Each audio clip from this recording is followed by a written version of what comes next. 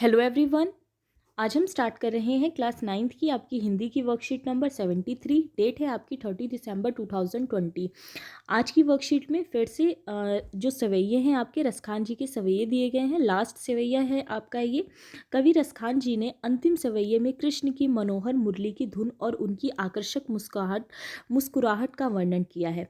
तो लास्ट सवैये में जो रसखान जी हैं वो कृष्ण जी की मुरली की धुन जो होती है और कृष्ण जी की जो मुस्कुराहट है जो बहुत ही आकर्षक है, जो किसी को भी मनमोहित कर सकती है, उसका वर्णन करते हैं। वो बताते हैं कि कवि गोपियों की विवशता का वर्णन करते हुए कहते हैं कि गोपियां चाह कर भी श्री कृष्ण को प्रेम किए बिना नहीं रह सकती।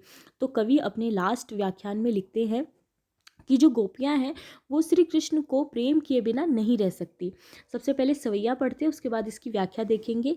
कानिन दे अंगुरी रही बो जब ही मुरली धुनी बंद बजे है, मोहिन तानिन तानन सो रस खानी अटा चढ़ी गोधिन गोधन गेहे तो गेहे, तेरी कहो सिगरे ब्रज लोलिन कालिन को किन्हीं समुझइये, मारी री वा मुख की मुस्कानी सम्हारी, ना जेहे ना जेहे ना जेहे।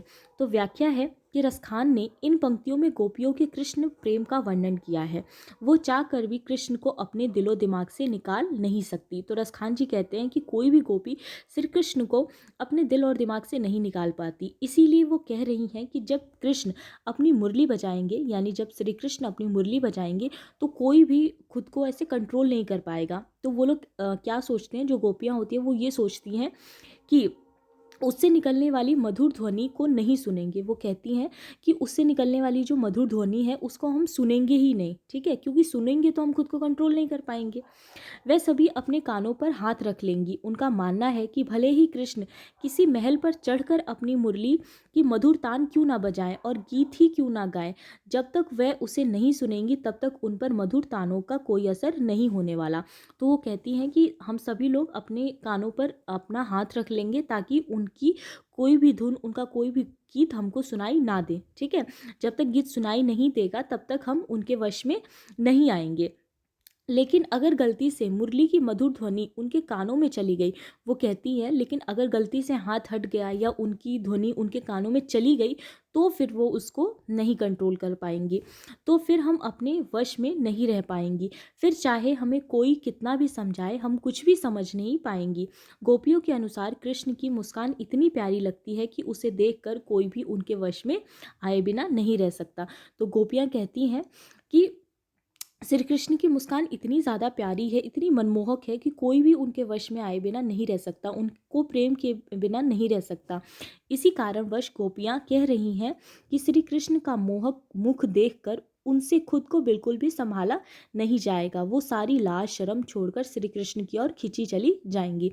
तो वो कहती हैं कि उनका मुख देखकर, उनकी मुरली की धुन सुनकर वो खुद को नहीं रोक पाएंगी। चाहे फिर कोई भी उनको रोकने की कोशिश करे, वो नहीं रुकेंगी, ना ही वो खुद को संभाल पाएंगी। वो अपनी सारी लाज शर्म छोड़कर श्री कृष्ण की ओर खींची चली जाएंगी, ठीक है। उसके बाद आपके क्वेश्चन आंसर दिए गए हैं। फर्स्ट क्वेश्चन है आपका, प्रस्तुत पद्यांश में गोपी क्या क्या नहीं करना चाहती। तो प्रस्तुत पद्यांश में गोपियाँ श्री कृष्ण की मुरली की मधुर धुन व उनके द्वारा गाए, ठीक है, गाए गए मधुर गीत को नहीं सुनना चाहती तथा श्री कृष्ण की आकर्षक मुस्कान को भी नहीं देखना चाहती। तो गोपियाँ जो हैं वो ना ही उनकी मधुर धुन को सुनना चाहती हैं और ना ही उनके द्वारा गाए जाने वाले गीतों को सुनना चाहती हैं। सेकंड क्वेश्चन है आपका, गोपियाँ श्री कृष्ण की आकर्षक मुस्कान देखने से क्यों बचना चाहती हैं। तो श्री कृष्ण की मुस्कान इतनी आकर्षक और मनमोहक है कि उसे देखकर कोई भी उनके वश में हो जाता है। इसीलिए गोपियाँ श्री कृष्ण की आकर्षक मुस्कान देखने से बचना चाहती हैं, क्योंकि कोई भी उनकी मुस्कान को देखता है तो सभी लोग उनके वश में चले जाते हैं, श्री कृष्ण के वश में चले जाते हैं। इसीलिए जो गोपियाँ हैं वो उनकी मुस्कान को देखने से बचना चाहती हैं। क्वेश्चन थर्ड है आपका कि प्रस्तुत पंक्तियों का भाव स्पष्ट कीजिए। मायरी वा मुख की मुस्कानी संभारी ना जेहे ना जेहे ना जहे। तो इसका भाव है आपका कि गोपियाँ कहती हैं श्री कृष्ण की मुस्कान इतनी मनमोहक है कि वह संभाली नहीं जाती और हम खुद को चाहकर भी उनके वश में होने से नहीं रोक पाते। तो गोपियाँ बताती हैं कि इतनी प्यारी मुस्कान है उनकी, इतनी मनमोहक मुस्कान है कि हम खुद को रोक ही नहीं पाते हैं, ठीक है। फिर क्वेश्चन 4 है आपका, इस पंक्ति में कवि रसखान जी का नाम आया है, उस पंक्ति को लिखिए।